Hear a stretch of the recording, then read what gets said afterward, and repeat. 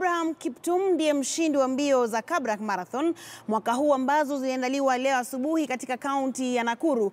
Kiptum alimaliza wa kwanza kwa muda wa saa 1 dakika 2 na sekunde 2, akifuatwa na Stephen Kiprop ambaye aliandikisha muda wa saa 1 dakika 3 na sekunde 38, na Gideon Kipketer akanyakua nafasi ya 3. Katika upande wa kina dada, Valary Jemely alimaliza wa kwanza kwa muda wa saa 1 dakika 13 sekunde 2, akifuatwa na Celestine Chepchirchir ambaye alimaliza wa pili. Baadhi ya wanariadha kama vile Vivian Cheruiyot, Eliud Kipchoge na Mary Keitany walihudhuria hafla hii ambayo pia ilihudhuriwa na gavana Lonyangapuo pamoja na afisa mkuu mtendaji wa shirika la Standard Group Orlando Liomu.